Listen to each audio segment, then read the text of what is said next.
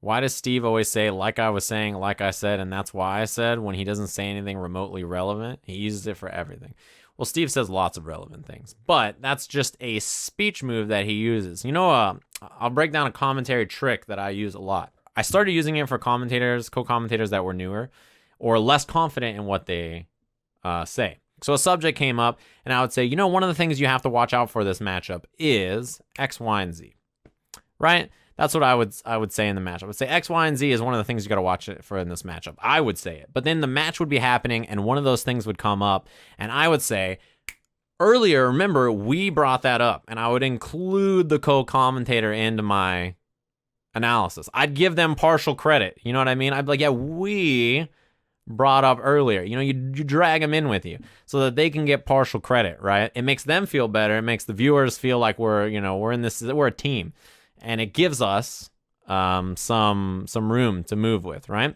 The other thing I do is if somebody else brings up something, especially if they're less confident or if they're a new commentator, I will always give them the credit. So if I bring it up, I say we.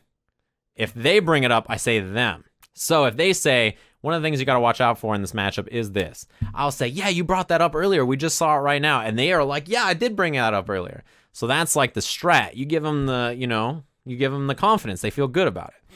That's like the commentary tip that I use. That has just become a habit. Now I do it with everybody. I just can't. It's just like a habit that I do in my head. But you give them the partial, you bring them in together. It makes you feel like you're in this together, right? It also makes them feel more comfortable in, like, while they're commentating, right? That's like one of the strategies that you can use for public speaking, is bringing people into the conversation to feel more comfortable or including them or giving them credit in their ideas. So when you talk about Steve and he says, like I said earlier, or like I said before, or he's trying to draw you back to what right it is. And when you say something like that, Steve has a lot of lines. I talked about this when I did the analysis video and I brought up Steve. He has a lot of things that he does when he's trying to do analysis or laser focus the chat onto the point he's trying to make. Steve's all hype. He's doing his hype guy stuff, and then he will bring you in. What Steve will do is he'll drop his tone.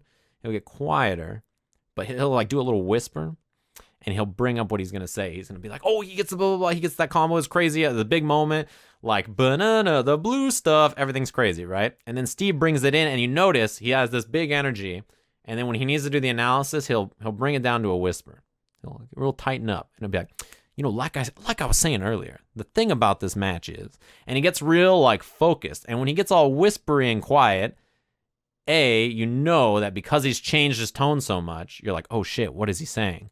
This must be important. Like he said earlier, I should listen to this. And B, because he gets whispery, you have to listen, right? It's like he fakes it out. He makes you think something else is coming your way, and then you got to listen close for it. So Steve he'll drop low and he'll be like, like I said earlier, you got to watch out for this, and that in the matchup. And then you're like, oh yeah, that's right. You did say that earlier, even if you didn't. That's how he gets you. Phantom says, that was a great answer to a terrible question. I know. I'm a professional. I give away a lot of commentary tips on my stream. Somebody asked me about it recently. I was doing an interview with someone, and they were telling me, they were like, I've noticed that you and other FGC commentators, more than other commentators, give a lot of advice for up-and-coming commentators in the scene. It doesn't seem as common in like other esports or MOBAs or like whatever, right? And because in the FGC, the other commentators are also always up-and-coming or local or regional level commentators. And so new commentators show up all the time, right? That's just how it is. We always constantly have new and evolving commentators that are showing up. It's like a revolving door. Older commentators, sometimes they're not always around. You have new commentators coming in. You're rotating a lot. So that's what's great about our community. So commentary tips are great because, somebody might be commentating their locals, and this might help them out, make it a little bit easier for them.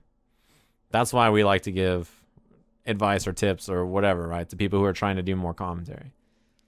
Because somebody who is listening to this, I might be commentating with you in like a year and a half. Before I ever did Evo, I did a lot of local commentary. I was doing commentary with a headset, like one of these thin Bluetooth. My watch, This is a thicker strap than the headset I was wearing. This watch is more sturdy than the headset I was wearing. I'm wearing this little headset with these thin little lines. It was like a Bluetooth plug-in headset, wireless headset.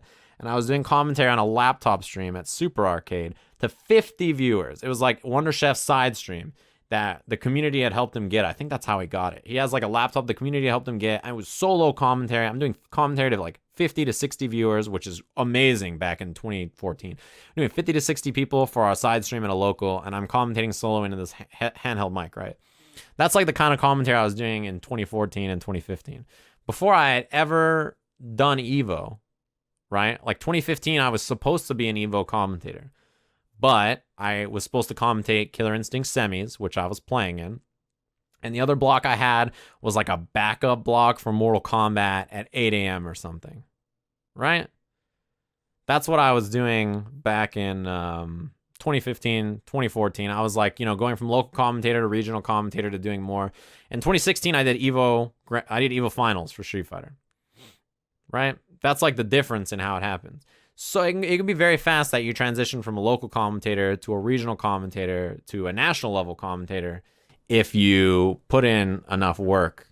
The transition can happen very quickly, particularly if you are improving at a fast pace and you get more opportunities. They tend to just sort of happen like that, right? I told you guys I got messaged, right, at Evo. I got messaged when I was commentating with Yipes, and it was a guy that was like, "Excuse me.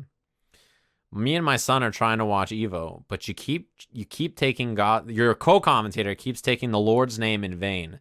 My son and I cannot support this if you continue to do this. Like I think he said I'm a pastor or a priest, and we can't watch this stream if you guys continue to do this. So I need you to knock it off right now." And I like read this, and I was like, and he gets the 2H. Like I was like, what the fuck? Like it showed up in my notification, and Twitter gave me a notification about this message. It was like, you have a new message request on DMs, right? I was like, all right, let me click this. And I was like, what? You're going to tell me, Yipes of all people, I can't tell him not to say goddamn. Come on, man. Damn is Yipes' best word, probably, right? His damn is too good. The damn! It's too good. Like, that's one of his best words. You can't take that away from the man. He needs to damn his heart out. One guy said that he doesn't like my commentary because when I commentated with the skinny white dude at Seam, I assume Giuna, I complained about the game the whole time, and I said the game was bad. That was a really funny comment to read. Giuna's kind of jacked. Who's the skinny white dude then? It wasn't Obama. There was nobody else. Now, if he meant Obama, then we're going to have to... There's a few issues with the argument he's presenting. We're going to have to start from scratch, I think.